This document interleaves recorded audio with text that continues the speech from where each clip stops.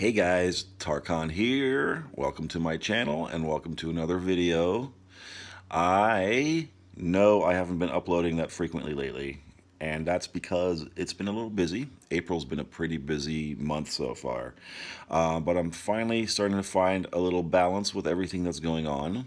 It's all good stuff, by the way. I'm being productive. I wanted to be more productive, and then that's what happens. I manifested more things to be productive about, and then suddenly I go, oh, wait a minute, oh, I'm trying to balance everything. So, got a lot of irons in the fire, and I've kind of put the videos and everything a little bit on the back burner. I understand, and I am sorry about that. But that's gonna, there'll be more videos more frequently coming up very soon. And also, I know there hasn't been a podcast episode in a little while. There's going to be one towards the end of the week or the weekend at the latest, and that should be an interesting one. I'm going to talk about Seth and Jane Roberts, who channeled this entity called Seth, and it has a lot to do with manifesting. It has a lot to do with reality creation and all that kind of stuff that we've been talking about, and I think it's fascinating stuff, and I will be talking a bit about that in the next podcast episode, so look for that one. That's going to drop. Yeah, like I said, probably end of this week or weekend at the latest. Can you tell my brain and my mind is trying to do 20 things at once? Meditating. That's why meditating is so important, right? We want to calm our mind down so we can focus on things better. I have that problem too sometimes. Just because I make YouTube videos doesn't mean I'm always perfect at this stuff either in my own life. But everything's fine, and I'm still here, and I'm still doing videos. So, for those of you who don't know me and don't know the channel and just found this video, and you haven't done so yet, please take a moment to hit subscribe. I'm going to give you a second to do that. All right, that's all you get. And thank you for doing that. This is going to be a short one too. I have a couple of comments here that I want to touch on. They're kind of related because it's all about sending love to your ex, your specific person, sending out those feelers, those energy feelers, those thought feelers, those love strands or love rays or whatever you want to call them. And this is actually in response, two different commenters in response to two different videos. So I guess this is something I've talked about extensively in the past. And I can't always remember, by the way, past videos and what exactly I said. But sometimes I have to go back and rewatch them. Because basically, in my thing is I make a video, I post it on YouTube, and then I forget about it, right? And then I focus on the next thing that's coming. So some of you, if you're commenting on some of my videos and mentioning specific things, maybe you could, insert some reminders for me so my the old nut can sort it out, or I'll just rewatch the video. Although I don't like to dwell on the past, so I don't like rewatching videos that I've already posted. And things change. So I change, I'm going to change, things will change. The fundamental basic aspects of all this will remain the same, but I'm learning all the time as well, and I'm always reading new things and reading up on things and experimenting on things in my own life. So sometimes in the future there'll be new information, right? Anyway, let's cut the preamble now and let's get into these. They're very short, quick comments. The first one is from 𝗙់Paulina, who asks, so sending love to my ex, he can feel it? And the answer is yes, absolutely. And that's it. End of video. No, I'm kidding, because there's another comment. Sending love to my ex, he can feel it. Yes, he can feel it. Absolutely, he can feel it. There's no doubt about it. And you can feel when he's thinking about you if you pay attention. And this goes back to what I was saying in kind of just a minute ago, which is that, part of that is to quiet your mind. Part of the reason that meditation is so important, and I'm going to push meditation a little bit more in future videos, because it is important. It's a good habit to get into if you're not already in it, but it's a good way to kind of clear your mind, clear your head of all the clutter, calm yourself down, relax, obviously, but also to focus, because you're going to meditate. When you meditate, you're going to focus on something like your breathing or you're going to count down from a certain number in your head or something like that, right? There's different methods for doing it, and I'm sure a lot of you out there have explored different methods for doing it and have found one, if you're meditating regularly, have found one that works for you. But basically, that's a big major advantage, a big major advantage. I'm looking for another word. I can't find it. But that's a major advantage to doing meditation on a regular basis, is to help you with your focus. And so much of this is creating your reality and bringing in X's and money and whatever it is you want, is about focusing, right? And it's about clarity, because you can't really get your results efficiently and quickly if you're not clear about what you want, first of all. And then secondly, if your mind is so cluttered with stuff that you can't really focus on it. Because, a lot of visualizing, affirming, and all that kind of stuff that you're going to try to do, that you're doing now maybe, is going to work much better when you're able to focus, when you have a mind that's calm, that's at peace, right? And a big part of what's going on there for a lot of people out there, for a lot of you, and I've had this as well, and I still do sometimes, is that, we try to focus on the thing we want, we try to visualize, but then all those kind of doubt thoughts and fear feelings come into your mind, like, oh my God, is it really possible? Am I just wasting my time, and all this kind of stuff, right?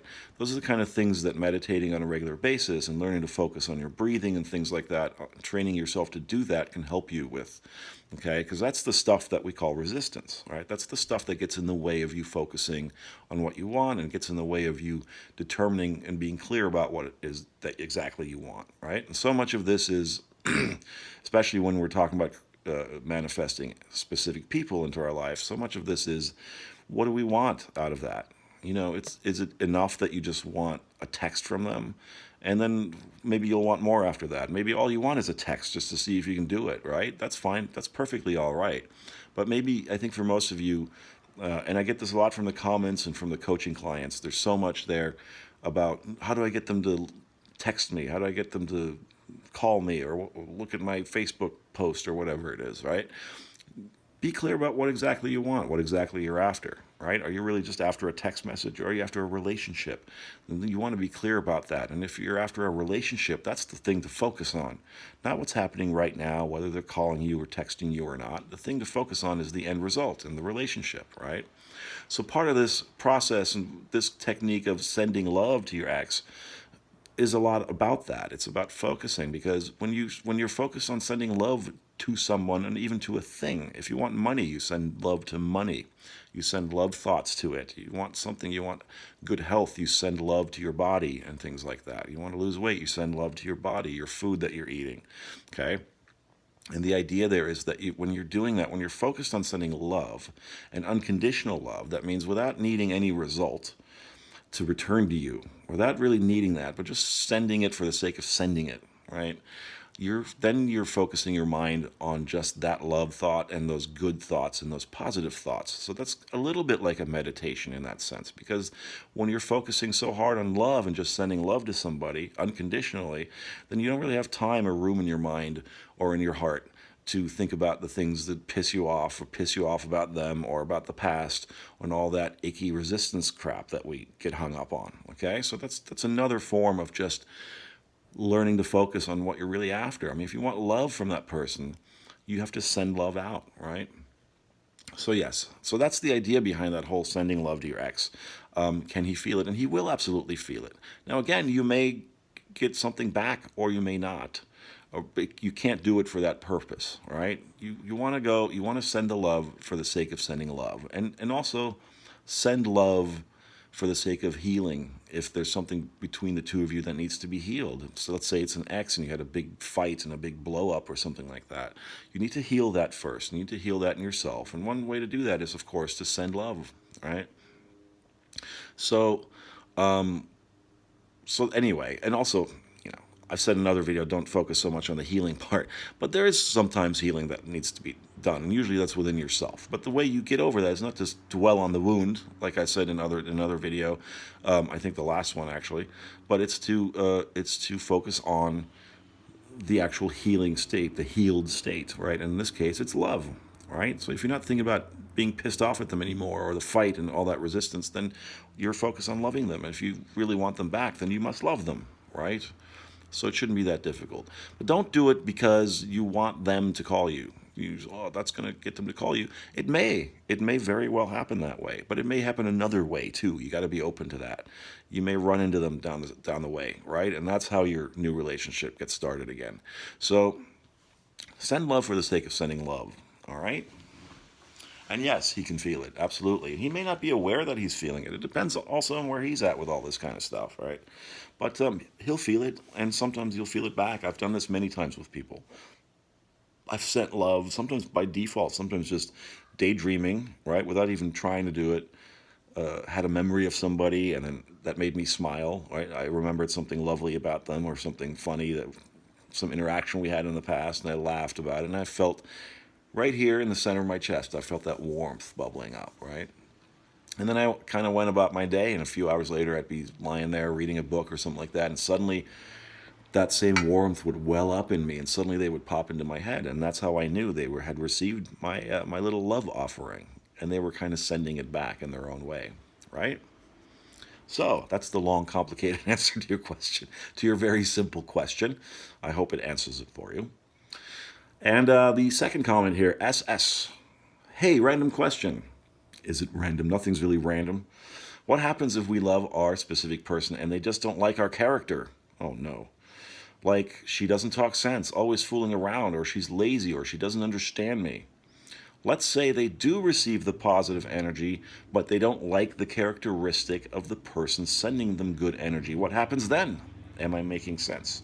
You are making sense, and this is resistance happening here. What you're talking about is resistance coming from you. Now, I want to ask you a question. Did your specific person say all those things to you? Did they tell you, hey, you don't make sense, and you're lazy, and you just fool around, and you don't understand me? Or is that playing out in your mind? Do you think that's what they're thinking about you? So that's a good question, first of all, to consider for yourself. If they did say it, then, and whether they said it or whether you're just thinking it in your mind, what's going on here is that these are thoughts you're having about yourself, and they're probably subconscious thoughts that you're having about yourself, and that's something to be very, very careful about. Sometimes we think we're sending love to somebody, or a pure thought to somebody or something, or having a pure thought about something, unconditional thought or unconditional love, but we're not really. We think we are.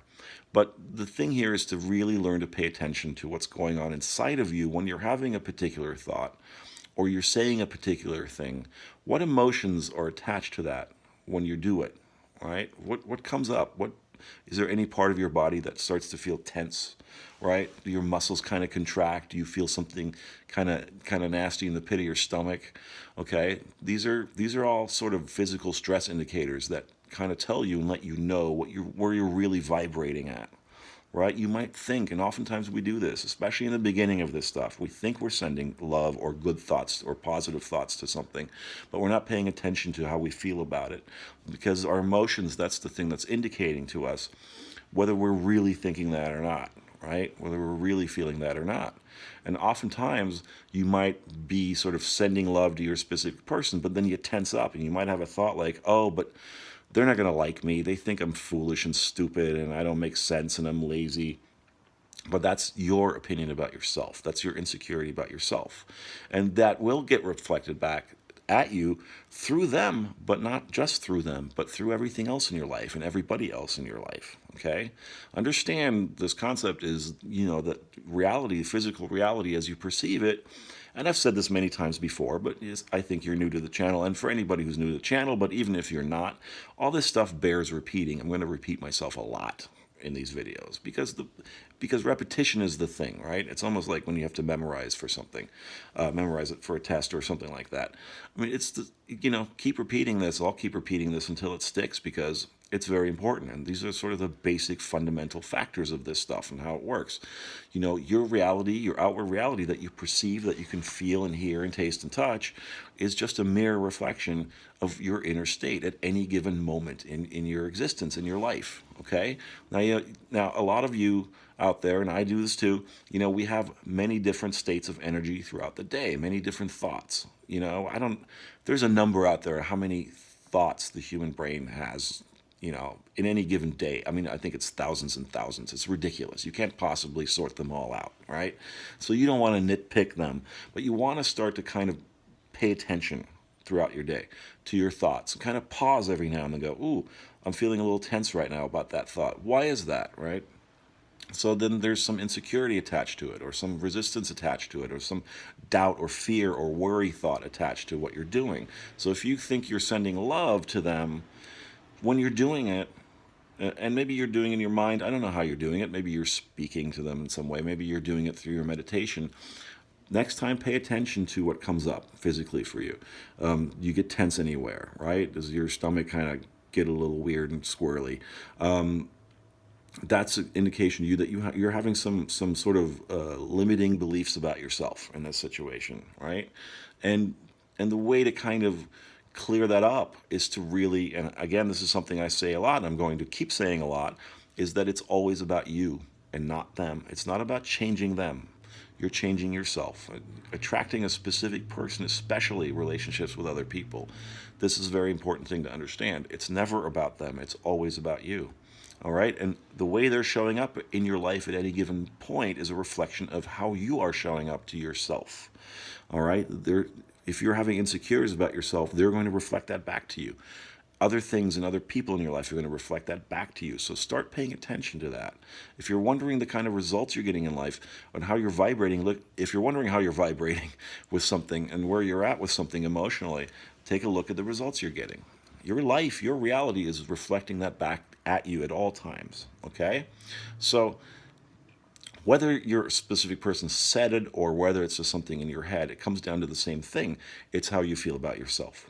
So, one really great way, and I think I want to say Louise Hay, is that her name, or Hayes? Has this great book about mirror work, I think. And it's all about self-talk. You want to watch your self-talk. You want to start working on accepting yourself and these things, these insecurities that you have about yourself. Because probably if your specific person is saying things like this to you, they're probably not the only one who is. Maybe other people are saying it to you in your life. Maybe your family is, right? Maybe your mom or your brother or sister or your kids or whatever. Your friends are kind of telling you these things and you've sort of internalized it. Or you feel this way about yourself for whatever reason. That's some belief that you've picked up about yourself throughout your life, and that's the thing to kind of get past, right? And understand that a belief you have about yourself is just a practiced pattern of thinking. It's just a pattern of thinking that you've practiced chronically over many years, probably in your life. And the only way to really get rid of that habit, because it is just a habit, is to start building a new habit. And the new habit in this case is to start speaking to yourself better. Check out that book, Mirror Work. Just Google it. I'm sure you'll find it. Start doing that. Start practicing that technique. I think it's a very important technique. You just stand in front of a mirror for about 5 minutes or something every day and say loving things to yourself. Look at yourself deep in the eye the way you might look at your lover, right? Lovingly and gently and kindly, and speak to yourself compassionately, and give yourself, basically coach yourself, right? That's kind of what you're doing. So prop yourself up, right? Write down lists of positive aspects about yourself, anything you can think of. I'm a great cook, or, I'm a really funny person, or I help people a lot. I'm a helpful person. Whatever it is that you can think of, these are kind of the things that you want to start doing. You want to start working on your confidence, your image, your self-image, all right? And as you do that, as you improve that self-image, you'll start to see an improvement in the way that people are showing up in your life and in the way that your specific person is going to show up in your life. It will change for the better. As your relationship with yourself improves, then your relationship with everybody else is going to improve, including your specific person, okay? All right. I hope that answers your question. You are making perfect sense. I hope I am making sense. Sometimes I babble and I ramble. I know a lot of people have said they enjoy my rambling. But yeah, so very simple stuff. And, you know, I am going to get into more meditation kind of stuff in the future and more techniques about self-love, because I realize I talk about this stuff a lot, but I haven't really given you guys a lot of methods and techniques. It's not really my style. Like speaking about these concepts in a very broad sense and in terms of my own interpretation of them, but I think it would be helpful to do a couple of videos here and there, maybe about things like mirror work, or maybe do a guided meditation or two in the near future, and I might bring in a collaborator on that as well. But that's something for the future. And like I said, sorry for the sporadic uploads lately, and they will become less sporadic very soon. And like I said, also, there'll be another podcast episode very soon, so look for that. And also, if you haven't already, and if you didn't do so already at the beginning of the video, please hit subscribe right now. Right now.